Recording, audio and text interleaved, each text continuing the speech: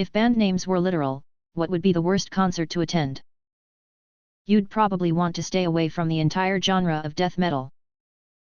Panic at the Disco. I don't want to be trampled. Band of Horses would be funny. Massive Attack. The Dead Kennedys would stink. Weezer, a bunch of people having asthma attacks on stage. Napalm Death.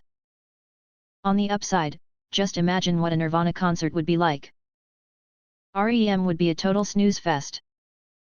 Talking Heads would be a bit surreal, imagining they're just heads in jars, as depicted on Futurama. Toadies could be rather dull to watch, assuming you could even see a group of toads sitting up on the stage. Might be a challenge to find a big enough venue for Phantom Planet. It's not literally a cradle of filth. Oh, no, that would be horrible. Diarrhea Planet, with Infant Annihilator as the opening act. Cannibal Corpse. 10,000 Maniacs. The Butthole Surfers. What was attractive 10 years ago but now isn't anymore? Honestly, I miss the blogging culture. Articles written with honesty and passion, mostly to connect with real-life friends first and online audiences second. Only the biggest bloggers could make a living off blogging. They were the original influencers. Easy to avoid though because there were just a handful of them, unlike the influencer culture of today. The one thing I love about blogging culture were the honest reviews. No advertisers to please, just regular folks writing their opinions on something they've used long term. Back then Google even had a specific search engine exclusively for blogs. Blogs were proper article length. Then Twitter came out and no one has the attention span anymore. That was the beginning of blogging downfall. What a shame. My classmates. Swear, every one of them is on crack now. Mayan calendars. 2020 definitely sounded attractive 10 years ago.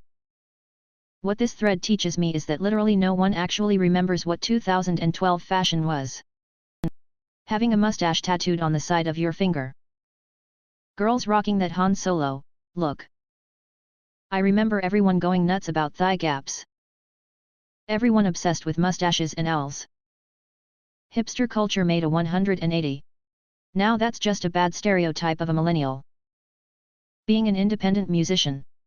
10 years ago I was just out of college and if someone did any type of their own shit I thought it was cool and sexy. Now I actually listen to see if it's good before being impressed. SoundCloud had a way different effect on music than what I originally thought. No freckles. I was hideously bullied for having freckles in secondary school. Now kids are drawing them on and my nieces are obsessed with mine. Having a high-level Farmville farm. Social media. Ooh, we can communicate to everyone. Fuck, we have to listen to everyone. Edit, thanks for the awards, laughing face.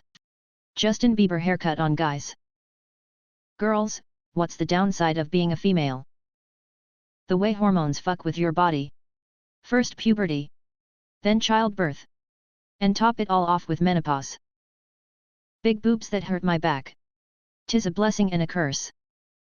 A couple of the downsides are continuously taking birth control so I don't have to deal with a heavy menstrual flow and severe menstrual cramping every month. Even then there are times I menstruate/have severe menstrual cramping despite continuously taking birth control. Wasting money buying pads when I could use that money to buy something else that can come in handy. The complications that come with a vagina. BV again? UTI? Yeast infection from the UTI antibiotics? BV came back cause of the yeast infection that you got treating your UTI? Such a pain sometimes. Having to go to the gynecologist. I literally get lightheaded every time I think of it. A lot of women would find this as lucky but, I get my period for 1 to 2 days every month. It hurts. So bad. I showed my sister one of my bloody pads and she said maybe you're having a miscarriage. That to affordably get an IUD in rural BC you can't have any pain relief at its insertion.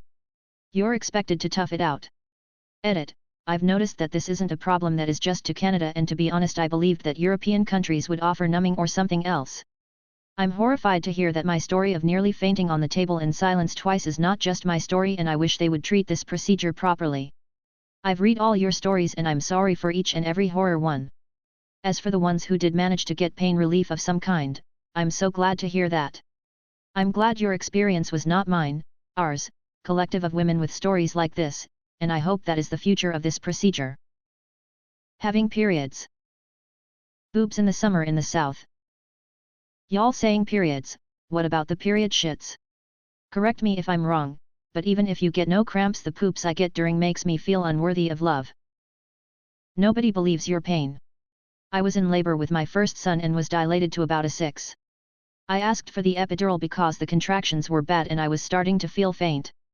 They said, "Oh, I bet you can hold off a little longer. These aren't that bad yet."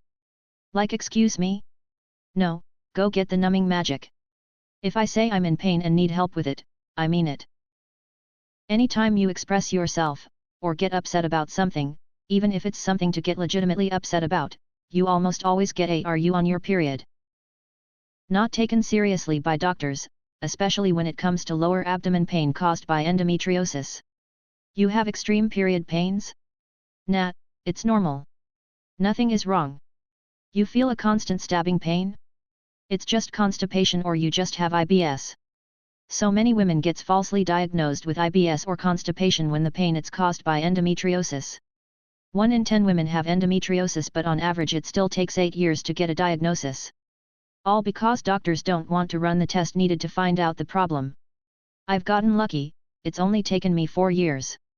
But it's weird that 4 years can even be considered lucky. I don't find males being able to pee standing fair at all. Like when camping outdoors, shit sucks.